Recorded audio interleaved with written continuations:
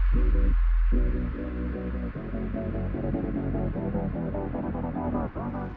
everybody, I'm Katie Martell. I'm Simone Kisiel.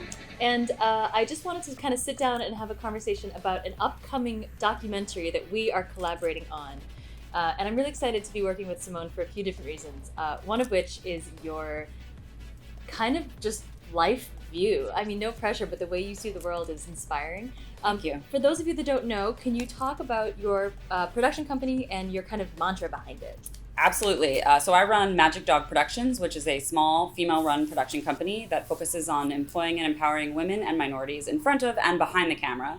And the kind of content that we make is feminist-driven, socially conscious horror comedy, and also, of course, documentary-style things that are on brand with that as well. I mean, it might turn into a horror depending on how these interviews go. I mean, it's a little horrifying, the state of how advertisements are used, and right?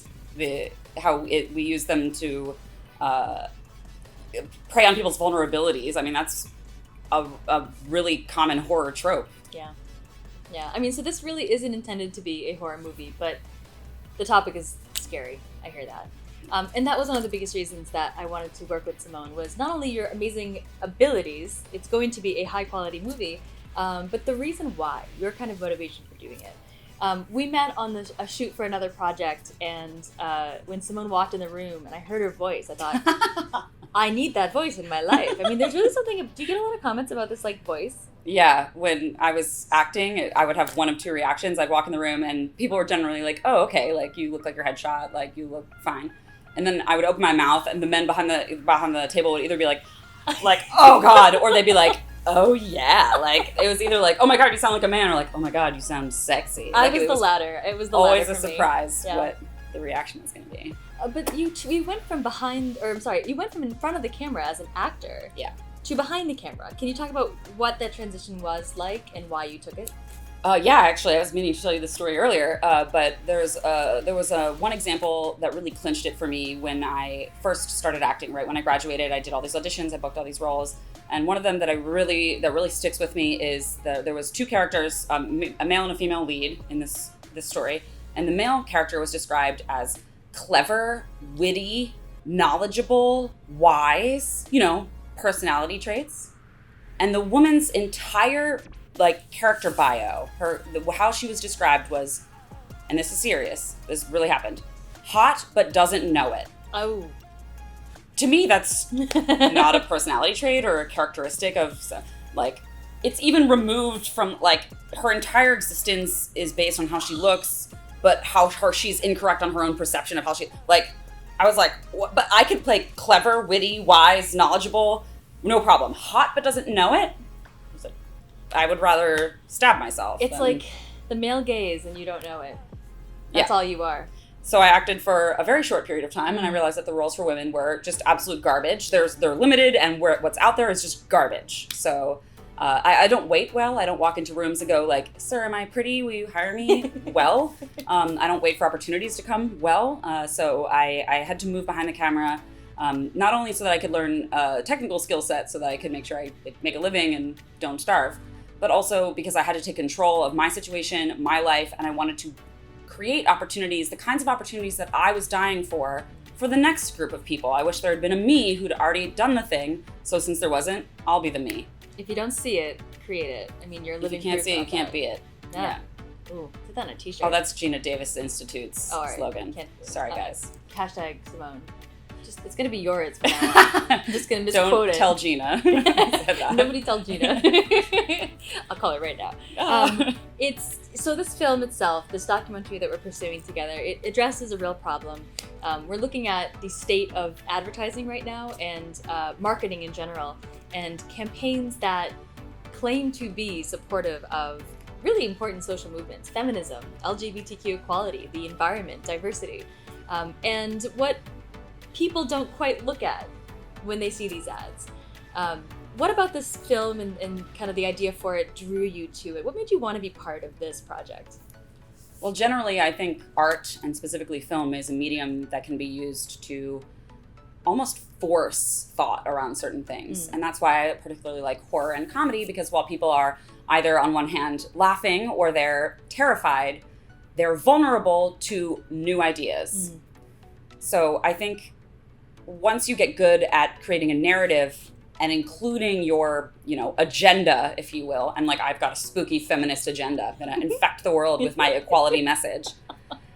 Once you see how that's done, it's hard to miss it elsewhere. So these ads are telling stories that are working on people, but instead of being like socially conscious or suggesting that we do the right thing, or there's a facade there. And whenever my craft, what I see as my craft, is being used for potentially nefarious purposes, it's being used to sell things instead of to inform people about the realities of said things. That's where that intersection is where I dig in the most. And then of course add the disenfranchisement, the lack of representation of people who are maligned by society, by the government, by our whole culture. And you've got a perfect storm of, I have the skill set to help pick this apart. So I've been presented with an opportunity to do something that's imperative and needs to be done. I don't have a choice. I must do it. That's the answer. And that's what I told her too. I just called her up one day. I was like, hey, you really don't have a choice here. You must do this with me. But truly, there was no one better. I just thought that the reason that you exist, what you focus on with your work, and how damn good you are. And also, she keeps me in check, which I think is so important. It kind of reins me in. That's a good partnership. You got to have somebody. I don't pay you enough to rein me in. I'm your straight line to your wavy line. It's a theater term. Is Sorry, it really? team. What does it mean? So if you're doing like a play, and if everybody on stage is wacky, the wavy line, it's hard to tell how wacky everybody is. You need a foil, is another way to say it. You need a balance. So it would be impossible to tell how wacky she was if I was not also staying the course. If I was being equally as wacky, we would just be like, wait, is this normal? Are we wacky or is this normal? So it puts the perspective around what's going on. Oh, that's so important. I never knew that. I've learned something today. I learned something with Simone all the time. Like I learned about all the what do you call, like, on-set terms, like striking is set terminology. Wait, striking is turn on the lights? Yeah. You would say striking when you turn on the lights. It means don't look at this light. Which I do every time, and I'm like, well, people don't know what it means. They're like, what? Yeah. And I'm like, no, don't.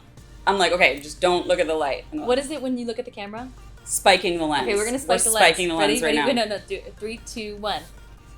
Spike the lens. Okay, but I'm really excited about this film, not only because she's helping me do it and she's incredible, but today we actually had a chance to sit down with my literal inspiration behind the whole project. The inimitable Jean Kilbourne. We add like, she's incredible. If you don't know Jean Kilbourne, she's a pioneering activist and critic of the advertising industry, and she's been doing it for half a century. So,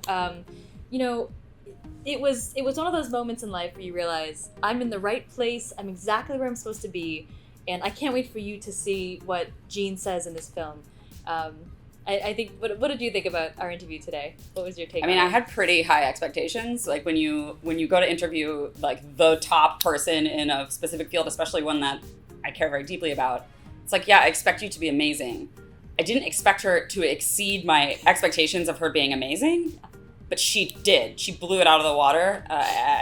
I'm so impressed. And the thing that really impresses me about her the most is she's been doing this for 5 decades, and the energy, the hope, the thrust behind, like, we just have to do the work. It's as if she started yesterday. Mm-hmm. She's like, we meet every day where we are, and we'll just keep working and keep working.